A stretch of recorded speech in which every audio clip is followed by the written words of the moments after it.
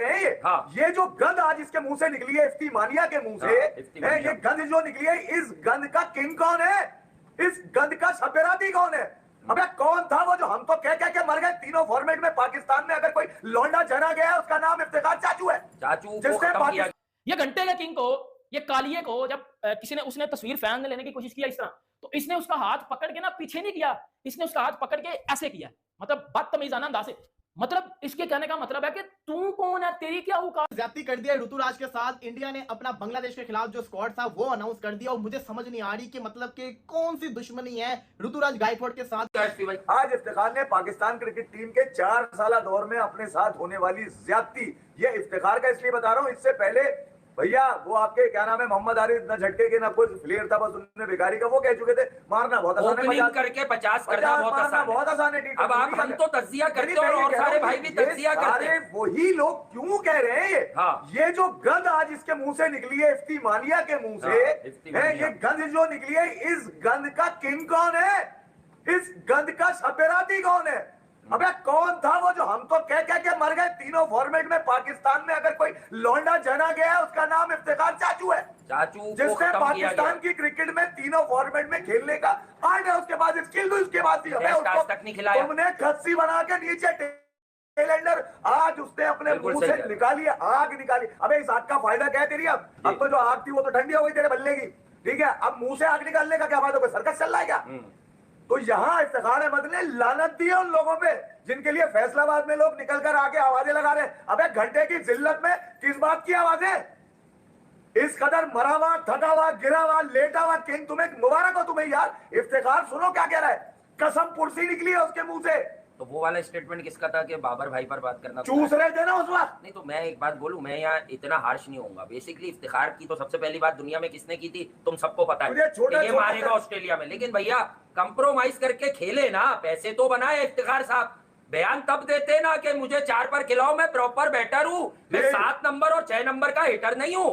उसको हिटर बना के रख दिया, लकड़ारा बना के रख दिया, लकड़ियां काटने वाला बना के रखा है। तो करो भाई, मसला ये है कि जब 3 से 4 ओपनर खेलेंगे, पहले के 4 नंबरों पे तो आपको तो नीचे ही कुर्बानी का बकरा बनाया जाएगा। मुंह, इतने बड़े हाथ लेके उसको टेलेंडर बना दिया तुमने। अबे डराने के लिए रख लेते किसी का ऊपर उसको, तो जहां उसका जायज मकाम था वहां मौका नहीं दिया, क्योंकि अपनी सेटिंग खिलानी थी। सेटिंग भी तो भुगतानी होती है इन्होंने सारी।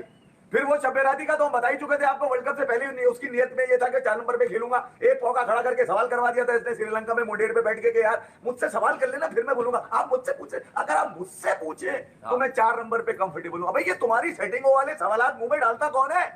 तुम्हें सिर्फ साजिशें आई, इसलिए पाकिस्तान की क्रिकेट की सारी साजिशें।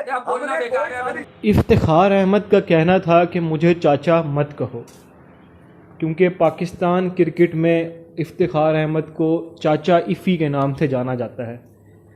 वो चाचा इफ़ी जो पाकिस्तान के लिए 5वें और 6ठे नंबर पर बैटिंग करते हैं, जिनको मैच फिनिशर कहा जाता है। लेकिन इन्होंने मैच फिनिश करने के बजाय कई ऐसे मैच हैं जहां पर इन्होंने पाकिस्तान को ही फिनिश कर दिए।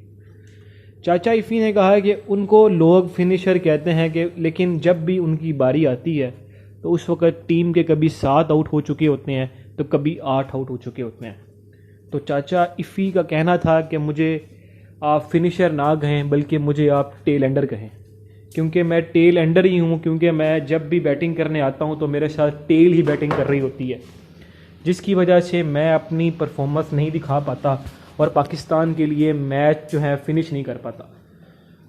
क्योंकि उन्होंने कहा कि मैंने पाकिस्तान के लिए मैच तो फिनिश नहीं किए, लेकिन कई ऐसे मौके हैं जहां पर मैंने पाकिस्तान को ही फिनिश कर दिया।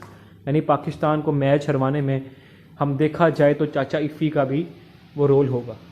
वो मेलबर्न की बारी छोड़कर जो चाचा इफ़ी ने इंडिया के ख़िलाफ़ खेली थी, उसके अलावा कोई एक ऐसी बारी नहीं है जिसको हम मैच विनिंग बारी कह सकें। हालांकि वो मैच विनिंग बारी वो भी नहीं थी, वहाँ पर विराट कोहली की एक लेजेंडरी इनिंग जो once in a lifetime Virat Kohli ने खेली, जहाँ पर उन्होंने हारी हुई बाजी को जीत में पलटा था। अब देखते हैं कि चाचा इफ़ी के बारे में किस तरह से आप चैंपियन ट्रॉफी में परफॉर्म करते हैं और अपनी परफॉर्मेंस को कैसे लेकर चलते हैं। भाई नजर आ रहा है टीम से ड्रॉप हो रहा है, खुद निकल रही है चीजें। लेकिन विस्टन ने रिपोर्ट किया है कि ये टेलेंडर, ये क्या ड्रामेबाजी है पाकिस्तान क्रिकेट की। क्या है वो बात? ये चाचू को तो अब असल बात क्या है, इस्माइली भी लगाया यूं करके एक सच है, मैं इफ्तिखार की क्रिकेट का कायल था, आपसे ढकी छुपी बात नहीं, और ऑस्ट्रेलिया का मैंने दावा किया था जाने से पहले, इफ्तिखार ने मां मारा का शिकार हुआ है। लेकिन असल सच एक और भी है कि देखें, मैं एक आदमी को मौरूद इल्जाम ठहराने से ज्यादा ये बता दूं, बाबर, रिजवान, शाहीन, ये लोग, हारिस रऊफ वगैरह, ये एक होके खेलते रहे। देखें यार, खबरें हमारा काम नहीं है, साफी भाई अपना काम करते हैं जिम्मेदारी के साथ और अल्लाह उन्हें खुश रखते हैं। लेकिन मेन बात पे आ जाऊं, इफ्तिखार अहमद को अब ऐसा क्या नजर आ रहा है कि पाकिस्तान की टीम से क्या उनकी छुट्टी होने वाली है? अब मुंह क्यों खोला? वर्ल्ड कप से पहले ये ऐलान कर देते, बयान दे देते कि यार I am a genuine middle order player, I have to bat at number 4। उसने सुन लिया, पता है क्या सुन लिया? हाँ, घंटे का किंग। नहीं ये तो चले मजाक है ना। इफ्तिखार ये 2 साल तक कंप्रोमाइज कर क्यों खेलते रहे कि यार अच्छा इफ्तिखार का काम है बैटिंग करना, आप वर्ल्ड कप में कुछ मैचों में इफ्तिखार से 7वां 8वां ओवर करवा रहे। इफ्तिखार भाई, इफ्ती भाई पिच बहुत अच्छी पड़ते हैं। वर्ल्ड कप में ओवर नहीं भिगवाया उससे तुमने? नहीं, कुछ में भिगवाए, न्यूजीलैंड में तो जल्दी बॉल दे दिया, ऑस्ट्रेलिया में यही तो कह रहा हूं कि इफ्ती भाई पिच बहुत अच्छी पड़ते हैं। तो इफ्ती भाई क्या पिच पढ़ने के लिए खेलते रहे? सबसे ज्यादा पढ़े लिखे यही थे, सबसे ज्यादा बड़ी उम्र पिच पढ़ने में। हमने तेरे को बचा के रखा कि ये बड़ा मुंह इसका गलती से हो गया, हाथ लंबे बेकारी में हो गए, ठीक है, बल्ला इसका बड़ा तेज है, तीनों फॉर्मेट का सबसे जबरदस्त खिलाड़ी है, क्योंकि आपकी फर्स्ट क्लास में अगर रिकॉर्ड चेक करेंगे तो सबसे बेस्ट रिकॉर्ड है इसके इफ्तिखार को। फिर ये पाकिस्तान कप का फाइनल भी जिता चुका है। तो यार आप, मैं ये कह रहा हूँ कि तुम जब जुगाड़ में खेलते रहे, जब कसमपुर्ती में खेलते रहे, तुम्हारी ड्रेसिंग होती रही, तुम्हें नीचे साइड में रखा गया, तुम्हें कान में ये कहा गया था कि इफ्तिखार तेरे पैसे पक्के हैं, तू बेफिक्र रहे, बैटिंग की फिक्र नहीं कर। तो मैं वही कह रहा हूँ ना, आपकी बात जायज है। इन घंटा बजेगा ना तरीके से। अब आ जाते हैं बोब्जी दी किंग के ऊपर। यह बात है कल की। कल बाबर आजम फैसलाबाद में जो चैंपियंस कप होने वाला है, उधर घंटे का किंग नट में प्रैक्टिस कर रहा था। पहली तो बात है, ये घंटे का किंग उधर भी एक स्पिनर की बॉल पे, क्लब लेवल का स्पिनर था, उसकी बॉल पे ये स्टेप अप करके खेलने गया और इसका किल्ला वो जो सेंटर वाला होता है ना, किल्ला ये वाला, ये उड़ा है। क्लब बॉलर ने बाबर को फिर बोल्ड किया है। तो मैं इस घंटे का आपको ये बता दूं। दूसरी बात करते हैं, बाबर आजम का एक फैन आया, उसने बाबर आजम के साथ तस्वीर लेने के लिए बोला है, ठीक है।